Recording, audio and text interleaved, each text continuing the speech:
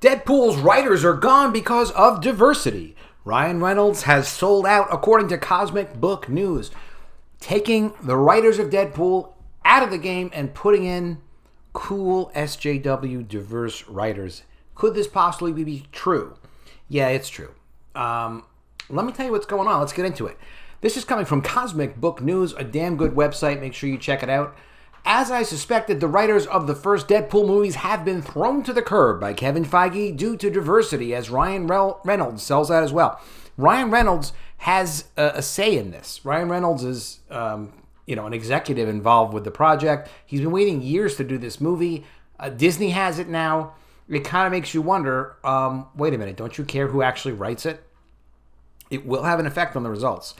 Friday saw the news that Deadpool 3 is finally moving forward at Disney and Marvel Studios, but not with the writers who helped the franchise make over $1 billion, Rhett Reese and Paul Wernick said. Instead, Feige is going with a pair of nobodies, Wendy Molyneux and Lizzie Molyneux-Logan, who basically only are known for Bob's Burgers, a previous Fox property. So, they want to use their people. I mean, Deadpool 1 and 2 was great, right? Tell me what you think in the comments below. I really enjoyed it. I liked the love story with him and his girlfriend. I thought that was cool. This I'm not so cool about.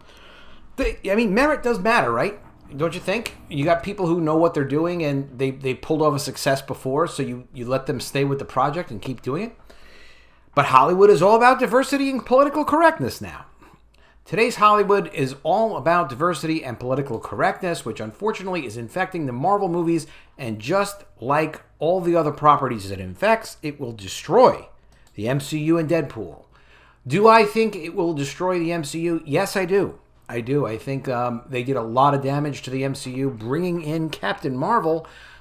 She just didn't really fit. She wasn't like a standard Marvel property. She just got stuck in there. And since then, you see more and more and more of this. Obviously, Ryan Reynolds doesn't have Rhett Reese and Paul Wernick's back, as he is set to return and star in Deadpool 3 at Marvel, and Reynolds also seems to have caved into Feige's demands to hire female writers again. I mean, why? For something like Deadpool, why would you have to, accept, sure, they've got to be female writers? Obviously not the best people for the job, as Reese and Wernick performed a stellar job with the first two flicks, so why not bring them back? I mean, you're really kind of obligated to stick with the team that brought you. That's how it's supposed to be done, but not with corporate entertainment. That's why we produce our own stuff. Oh, it's because they're men, right? Yeah. Just this past May, while appearing on Jimmy Fallon, Reynolds said he looked forward to working with Reese and Wernick on Deadpool 3. Quote, I see so much. I see infinite possibility with either version, If Deadpool were to be in the Marvel comic universe, I think, or the Marvel cinematic universe, rather, I think it would be explosive and amazing. And what a sandbox to play in.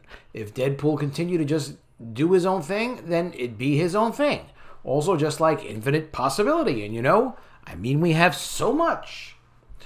We hope that there's a lot more to do, a lot more story to tell, and we hope to get to do that soon. There goes Feige, though. Feige says, no. It's known that Feige's way or the highway, that's how things have to go. I mean, that part I do agree with, that you need someone in leadership if you're going to be doing a whole series of movies. But I don't agree with this choice. Feige is a control freak. It's like, well, yeah, but if the Marvels are going to films are going to have a common look and feel, you do need somebody in leadership to just kind of make sure that happens, who can handpick people, but not for sticking in writers that aren't the appropriate writers for the project. You really have to respect people. I mean, what are contributors supposed to think? If they work with you and they have a success, and then all of a sudden they decide, well, no, it's more fun to give a job to someone else, to someone who hasn't earned it. Let's take away your success and hand it off to somebody else. I mean, creators shouldn't even take jobs like that. In fact, I've been in that position before with creators where they've said to me, look, if I take over for this person, are you sure they're cool with it? That is a good creative relationship. And, in my case, the answer was yes. They had other things to do, so somebody else took the job on. But they weren't going to step on someone else's toes and take their projects away. It's said that Feige doesn't want to use ideas that are not his own. Okay, that's not good. Which is why Deadpool 3 has new writers, is years away, and is also the reason said why the Charlie Cox Daredevil won't be coming to MCU. Well, that's also silly. Deadpool writers are really out, though, because the diversity YouTuber Grace Randolph backs up the claims of comic book news as the reason the Deadpool writers weren't brought back is because of diversity. Another constant over at Disney is Feige likes to have control over his own empire. So what do you know? Suddenly, Zombieland 1 and 2 writers Rhett Reese and Paul Wernick, who wrote Deadpool 1 and 2 quite successfully, are out of favor, or Bob's Burgers writers, the Molyneux sisters. Who? Well, the Molyneux sisters are actually deeply involved in Bob's Burgers from across the board. They're not just members of the writing team. And that is, of course, a Fox property, as the Molyneux sisters' other upcoming show, as also Anime The Great North. Yeah, I like Bob's Burgers. Do you like it? Let me know what you think in the comments below. But not to watch, like maybe once a year I'll watch an episode. Not a watch it every week type of deal. So that is a nice bit of synergy right there. They also fit in with Feige's new efforts to diversify the MCU, especially behind the camera. It's so ridiculous. Like, just hire people based on merit. Or ultimately, what's going to happen to the content of these things? They're just going to get worse and worse. Grace also notes something that the author has been stating for a while, that Feige's diversity approach to Captain Marvel failed completely.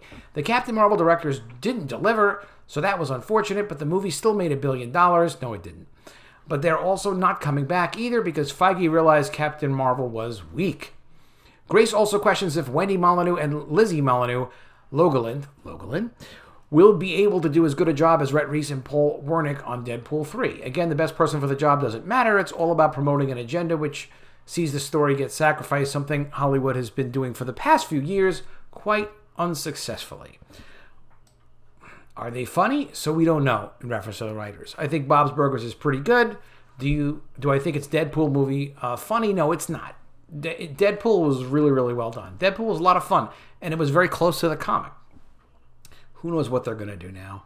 Grace also remarks, the Molyneux sisters were also known for family shows, and that seems that Kevin Feige is going to be a big break from the previous 2 Deadpool movies. Yeah, for Deadpool 3. So it's going to be more of a PG-13 type of take, probably.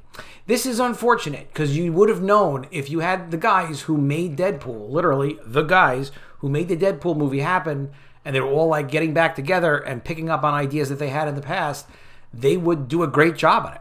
This, you have diversity hires, they're not going to do the same kind of work. It's really too bad. But let me know what you think in the comments below. And also, if you want to support my work, check out The Mermaids. It's finally launched. It's on Indiegogo right now. It's a full-color ongoing series. It's an epic mermaid fantasy. It's like Game of Thrones with mermaids. It's full color, 48 pages. It will be shipping in April 2021. It's already completely done. And it's really, really well done. I'm very, very proud of this project. This took me years to get this first book out. So go ahead and check it out. I will put a link in the description below. I will see you again soon with another video. And if I don't see you, I will miss you.